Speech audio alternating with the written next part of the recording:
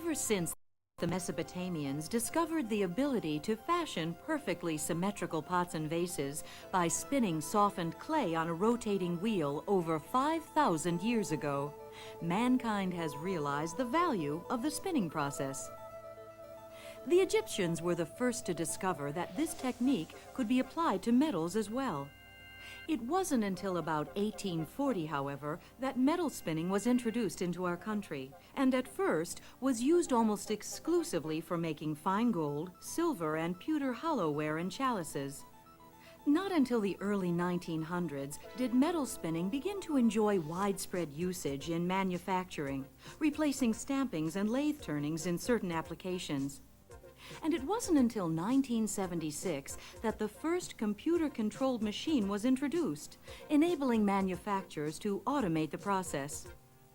Every day we use or come in contact with something that was made through the metal spinning process. Light fixtures, pots and pans, automobile parts, even toys.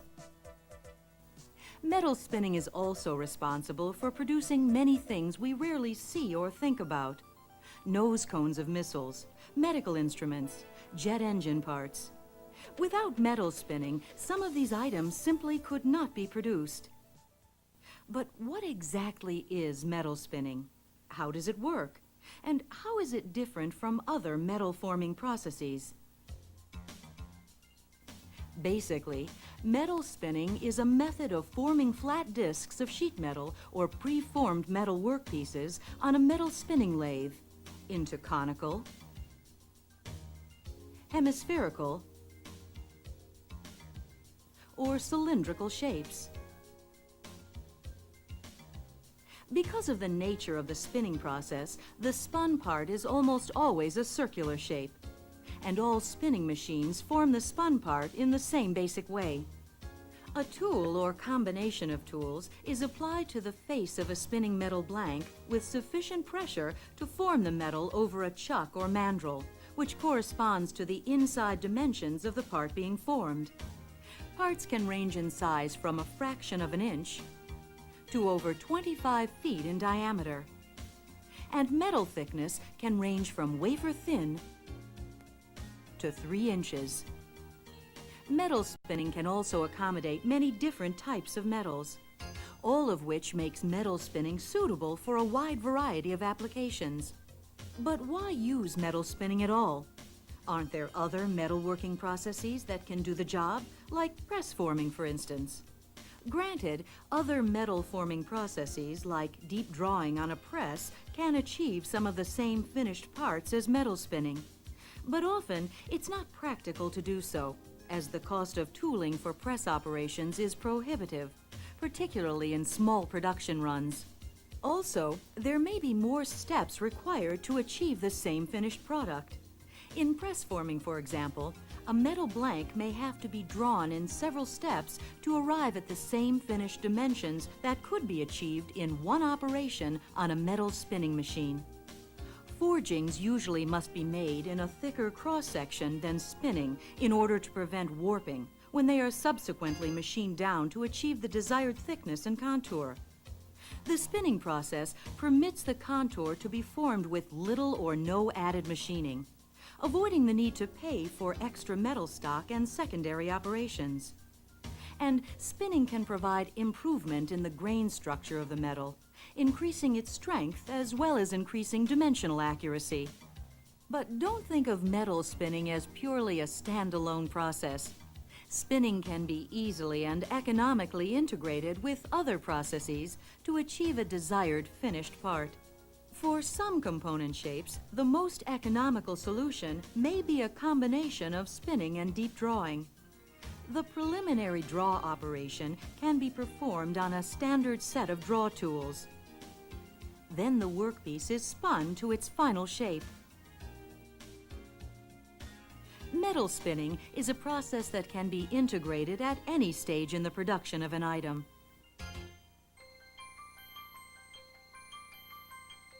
There are several types of metal spinning machines, from the basic manual machine, where the hand spinner forms the part by applying tool pressure on the spinning blank with his body weight, to large multi-roller automatic machines, which are computer-controlled and capable of handling large production runs of complex parts.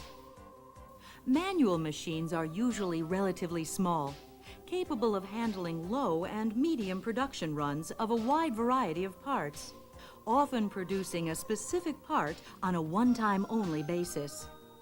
Manual machines can also be augmented by the use of scissor-type or compound tools, which can increase the tool pressure against the part through compounding leverage. This allows the spinning of larger or thicker parts manually. The addition of hydraulically powered slides to which rollers are attached greatly increases the potential of a machine for spinning parts of greater thickness or harder alloys. The operator directs the tool with a joystick or hand levers. Limits can be set to restrict tool head pressure or distance of travel to prevent damage to parts and tooling. The application of hydraulics also enabled machine manufacturers to automate the spinning process. One type of automatic machine is the template-type automatic, where the tool path is determined by a stylus tracing over a preset template. This ensures exact repeatability of parts. Perhaps the most impressive of all spinning machine types is the CNC automatic. Through computer numerical control, the precise control of all machine functions is achieved, as well as maintaining exact tolerances in the process.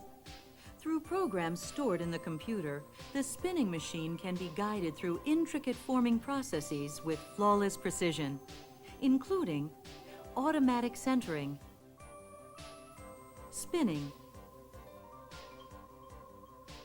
trimming of waste, beading of part edges, and ejection of the finished part. Automatic machines can run part programs developed entirely by computer or by playback, where a skilled metal spinner first forms a prototype part using the hand levers or joystick. The computer records the toolpath data and then plays back the part program.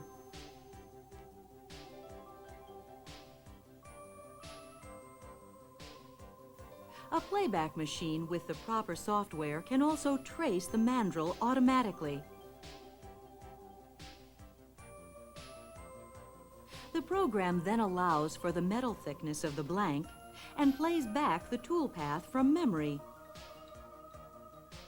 One advantage of automatic machines is that they free an operator to perform quality control operations, keeping scrap and downtime to a minimum. Perhaps the biggest advantage of automatic machines is their ability to make identical parts to exacting tolerances over and over again. They can also dramatically improve productivity. Overall, metal spinning offers many advantages over other types of metalworking processes, such as efficient use of raw materials, as the finished part uses most, if not all, of the blank material. Spinning usually requires fewer steps to the finished product and lower cost tooling, usually produced by simple turning and machining.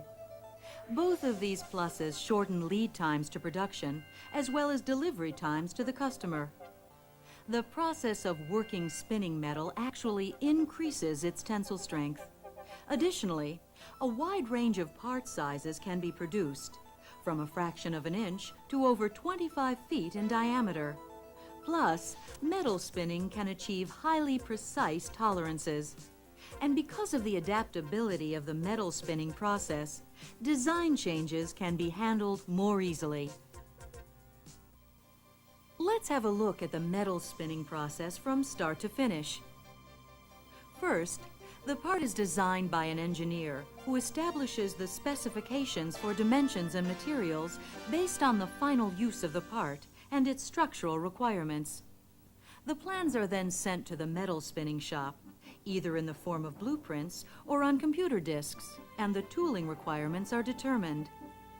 The necessary mandrels or chucks are designed to conform to the interior dimensions of the part, and usually produced in-house by the spinning company.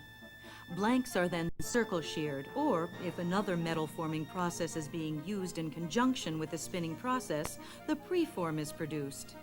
Once the blanks and tooling are ready, the machine is set up for a production run.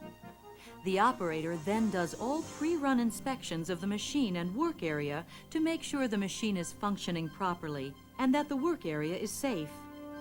Next, the operator centers the blank, clamps it in place with the tailstock, and begins the spinning process.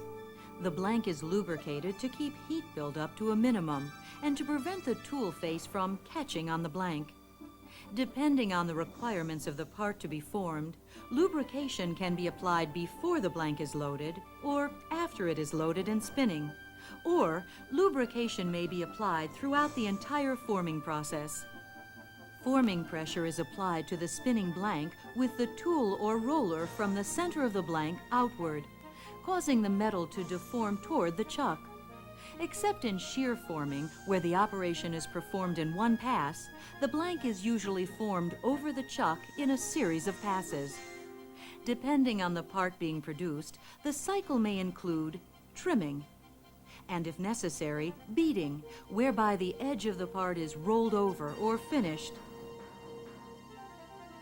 The part is then removed from the machine. The spun part may be further processed in secondary operations and then assembled with other components to make the finished product.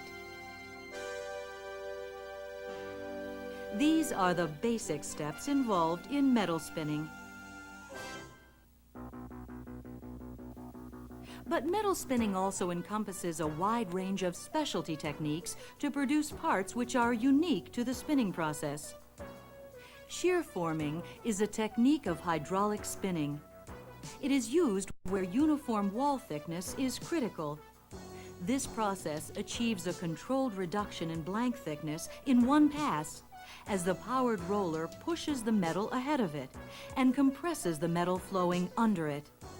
The molecules of the blank are thus elongated, compressed, and bonded more tightly to each other, increasing tensile strength by as much as 100%. In shear forming, the finished part has the same diameter as the blank, thus eliminating scrap and waste. Also, the surface finish is comparable to grinding or fine turning and is kept within precise tolerances. Yet another advantage of spinning is the ability to make re-entrant shapes. A re-entrant shape is one where the side wall of the part being formed curves back toward the center of the piece, enclosing the mandrel within. To remove the chuck from a re-entrant piece, the chuck is made in several sections in wedge-shaped segments. After the piece has been spun, the sections of the mandrel are removed, allowing the segments to be withdrawn from the part. Another technique used in spinning metal is the dishing or push-in spinning method, where a blank is affixed to the edges of a concave form rather than a male mandrel. This method is frequently employed because it is possible to spin to a greater depth without annealing than would be possible by spinning down over a mandrel. Tube spinning is another specialty application of the metal spinning process. This technique can be accomplished with both seamless and welded tubing. Tubing can be reduced for a taper or spun for a flange. Heat is sometimes added to the metal spinning process where it is not restricted by the requirements of the part being produced. This technique is used where metals with low room temperature ductility are used. As you can see, there are a great many specialty techniques available for forming metals through the spinning process. So if what you seek is a method for forming conical, hemispherical, or cylindrical metal shapes with low-cost tooling, if what you want is a cost-effective process with short lead times, if what you desire is a minimum of scrap and improved tensile strength in the finished part, you need to turn to metal spinning.